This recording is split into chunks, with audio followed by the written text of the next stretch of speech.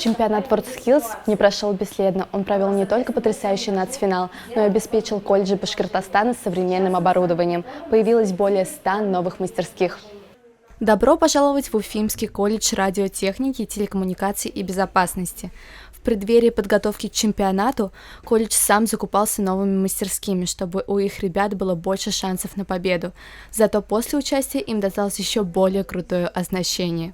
Можешь поподробнее рассказать об опыте участия в WorldSkills? Делали производственную ячейку, в данном случае оптимизацию рабочего пространства. В данном случае мы перетаскивали груз с точки А в точку Б, с помощью используя, 8 роботов у нас было. То есть, как я поняла, всем участникам даются одинаковые задания, так или нет? На WorldSkills у всех одинаковое задание, но каждый должен выполнить его профессионально сам, потому что времени дается категорически мало, и, соответственно, подход разный. Соответственно, каждая команда должна выполнять его по собственному желанию и, как говорится, по разному опыту. Всего в учебном заведении 9 мастерских, 4 из которых совершенно новые.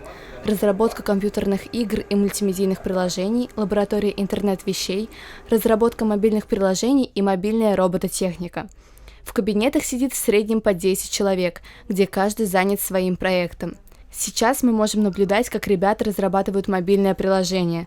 Многие из них направлены на решение актуальных проблем.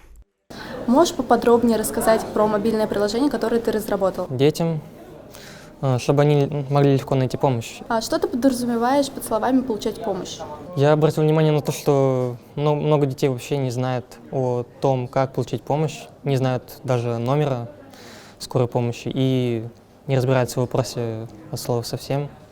Также ребята из этого колледжа ежегодно участвуют в чемпионате WorldSkills.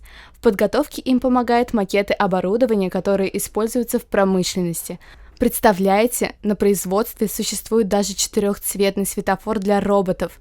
К традиционным цветам добавляется синий, который означает, что аппарат находится в режиме парковки. Благодаря увеличению количества мастерских у многих людей появится возможность освоить новую профессию в комфортной обстановке. Вот бы в городе появлялось побольше подобных мероприятий. Камила Загрединова, Ильнар Бигбов специально для Горы новостей.